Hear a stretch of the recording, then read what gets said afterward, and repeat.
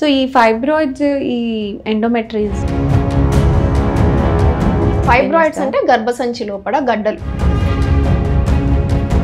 పెద్ద సైజులో ఉన్నాయి. It can cause miscarriage later on. What could be the main reason for this miscarriage అంటారు? Thyroid కావచ్చు, BP కావచ్చు, షుగర్ కావచ్చు. కొంతమందికి ప్రెగ్నెన్సీలో బ్లడ్ క్లాటింగ్ అయ్యే టెండెన్సీ ఉంటుంది.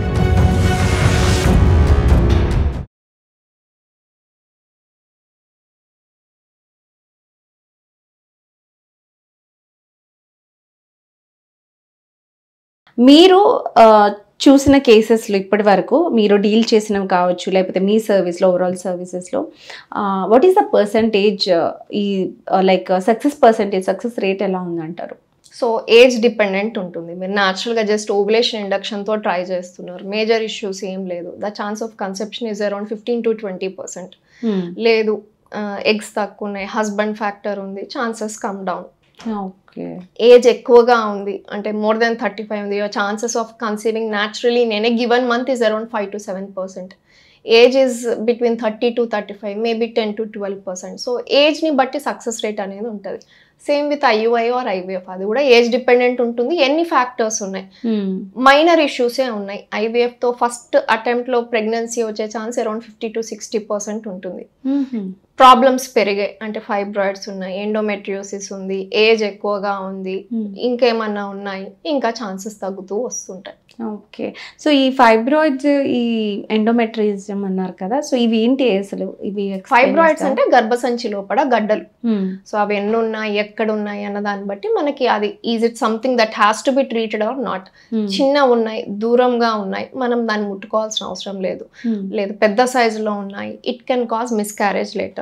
It has to be treated, surgery చేసి తీసేస్తాం. మీడియం సైజులో ఉన్నాయి, వెయిట్ అండ్ వాచ్ పాలసీ కింద నడుస్తుంది. అది ఎంతవరకు మనకి ఇంపాక్ట్ అవుతుంది అన్నది గమనించుకుని దాన్ని బట్టి ప్రొసీడ్ అవుతాం. ఓకే.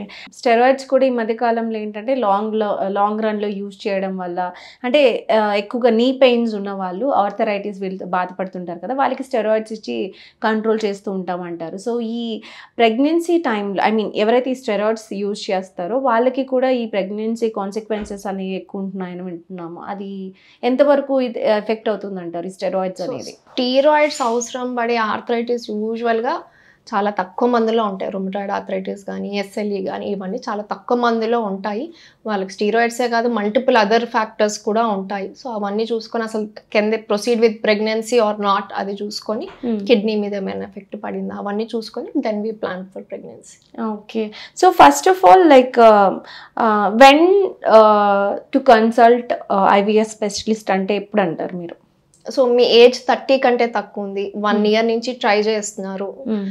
ట్రై చేయడం అంటే you should have at least twice or thrice a week intercourse. అంటే వారంలో 2 సార్లు కానీ 3 సార్లు కానీ భార్యాభర్తలు కలిసి ఉన్నారు, దాదాపు 1 year ట్రై చేశారు, కుదరలేదు, ప్రెగ్నెన్సీ రాలేదు, అలాంటప్పుడు డెఫినెట్లీ. బట్ ఏజ్ పెరుగుతుంది, మోర్ దెన్ 35 ఉన్నారు, 6 months ట్రై చేసేసి అవ్వలేదు అంటే డాక్టర్ని కన్సల్ట్ అవ్వాలి. Okay. So first they have to consult a gynaec and then definitely fertility, మళ్ళీ గైనిక్ ఎందుకు, ప్రెగ్నెంట్ అయ్యాక అక్కడికే పంపిస్తాం. Okay. Okay. So directly so age factors అనేది మెయిన్ అనమాట. ఓకే. కొంచెం కష్టమే డిస్కస్ చేయడానికి, బట్ తప్పదు, మిస్క్యారేజ్. సో నార్మల్గా జనరల్ న్యాచురల్లీ కన్సీవ్ అయిన వాళ్ళకి కావచ్చు, అండ్ మిస్క్యారేజ్ చాలామంది ఏదో ఒక రీజన్తో అవుతూ ఉంటాయి. సో అసలు what could be the main reason for this miscarriage అంటారు? So 70% of the time it is a chromosomal issue. అంటే ఆ పిండం అనేది జెనెటికల్లీ నార్మల్ లేదు, సో సెల్స్ డివైడ్ అవ్వలేకపోతున్నాయి, సెల్ గ్రోత్ అనేది ఆగిపోతుంది, ఆ టైంలో మిస్క్యారేజ్ అనేది అవుతుంది. దాని తర్వాత మనం నెక్స్ట్ చూసుకుంటే థైరాయిడ్ కావచ్చు, బీపీ కావచ్చు, షుగర్ కావచ్చు, లైక్ హార్మోనల్ ఇంబ్యాలెన్స్. దాని తర్వాత చూసుకుంటే కొంతమందికి ప్రెగ్నెన్సీలో బ్లడ్ క్లాటింగ్ అయ్యే టెండెన్సీ ఉంటుంది. సో దీనివల్ల మాయకి బ్లడ్ సప్లై ఆగిపోయి మిస్క్యారేజ్ అవుతుంది. సో కొంతమందికి ఆటో ఇమ్యూన్ ఇష్యూస్ ఉంటాయి. సో ఇవన్నీ వీటన్నిటి వల్ల మిస్క్యారేజ్ అవ్వచ్చు. ఓకే.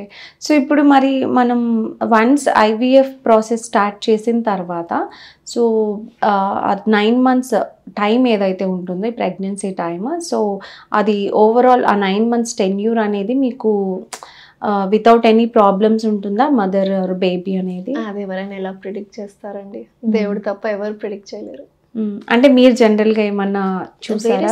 Person to person. అంటే నార్మల్గా కన్సీవ్ అయ్యాము, సో ప్రెగ్నెన్సీ అంత ప్రాబ్లం ఉండదని చెప్పలేము కదా. It only depends on your pregnancy. It doesn't matter how you conceive. First 3 months మాత్రమే వాళ్ళకి ప్రెగ్నెన్సీ సపోర్ట్ అనేది ఎక్స్ట్రా ఉంటుంది. Main issues again comes to age. మీరు ఇన్ని ఏళ్ళు ఆగేసి వచ్చారు, సో మీకు ఏజ్ పెరుగుతుంది, బీపీ వచ్చే ఛాన్స్ పెరుగుతుంది, థైరాయిడ్ వచ్చే ఛాన్స్ పెరుగుతుంది, డయాబెటీస్ వచ్చే ఛాన్స్ పెరుగుతుంది. ఈ కోమార్బిడిటీస్ అన్ని ఉన్నప్పుడు ప్రీటర్మ్ డెలివరీ రిస్క్ పెరుగుతుంది. Okay okay. So the younger you are, the better is a chance of having a healthy safe delivery. Okay okay.